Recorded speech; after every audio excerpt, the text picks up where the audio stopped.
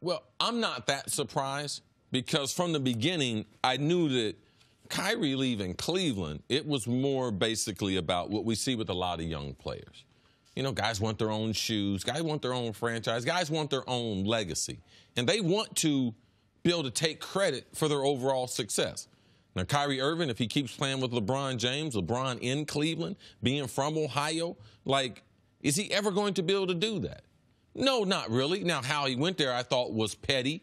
He like Cleveland put him on the trade, and on the trade block, he found out about it, and then he demanded his way out. LeBron didn't have anything to do with that. LeBron told the front office to keep the kid. Make it work. So I knew what LeBron did to try to keep him, so it wasn't on LeBron to be able to bridge that gap. It's just more of a man recognizing it. Kyrie realized that and said he was sorry, and he missed the times that they had together. So I thought there eventually might be a resolution. Now, I didn't think he'd be coming back with the Lakers. I just thought because all the other options, and I was worried about Kyrie's overall health. But him and LeBron, based on what LeBron meant to his career, yes, it should be one of Kyrie's options to be able to play with if it doesn't work out him going back to New York, where he's a Jersey kid, but going to New York, which we know he has great ambition to be able to do. Why do you think this is happening now, Nick? Do you think that if he was successful in Boston, a little bit more at least, then this wouldn't even be in conversation? I want to make this clear. I do not think this is the most likely outcome. And I don't think it's fair to classify it as Kyrie definitively wants to rejoin LeBron. I think it is definitely fair to classify it as Kyrie is open to rejoining LeBron with the Lakers, and LeBron is very open to that possibility as well. What I think happened was a number of things. Kyrie recognized his own immaturity at times by seeing the immaturity in other players. See, he saw some, because even before he requested a trade, there were the stories out of Cleveland about some of his practice habits and talking to Ty Lue saying, that's not my job, that's Bron's job. And then he sees these young guys that maybe think they are the next Kyrie, right? Even if not positional similarities. And he's like, man, that's irritating. And then he's like, oh, maybe that was kind of what I did.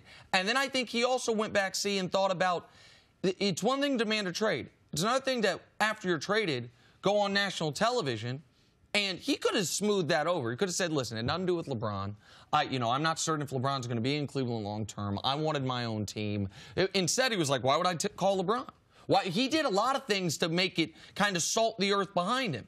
And I think he had the clarity of a year removed and realizing his own struggles trying to take on that LeBron role, and so he reached out.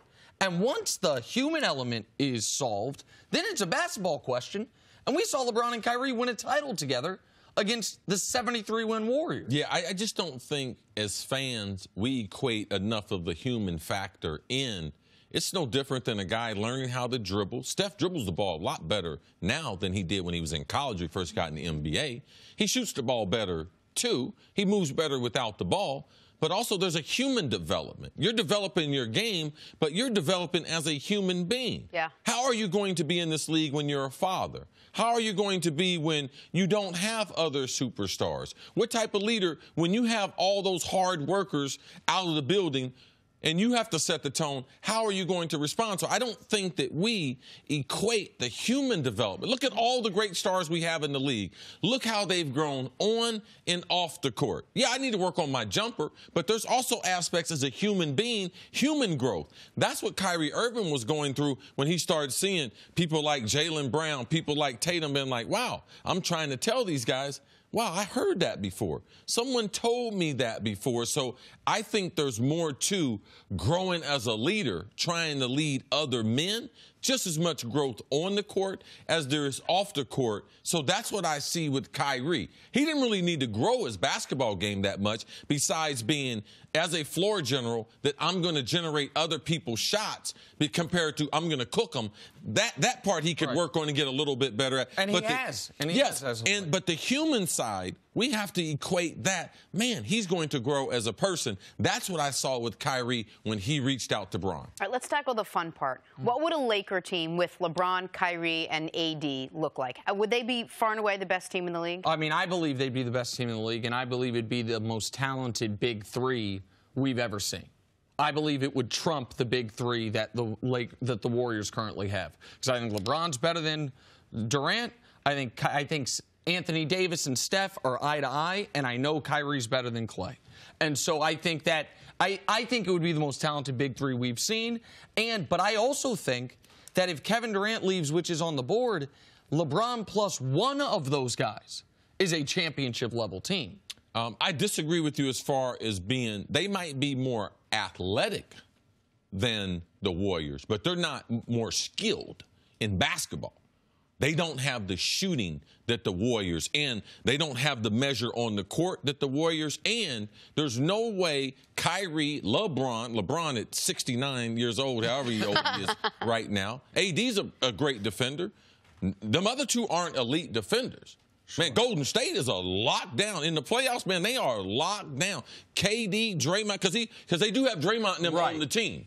I was just going the top three versus top three. But you're Clay and team. KD, their ability to play defense at an elite level, to me, still gives them the edge. The variance of that three-point line, too, with you having elite shooters like that. So, and don't forget Boogie.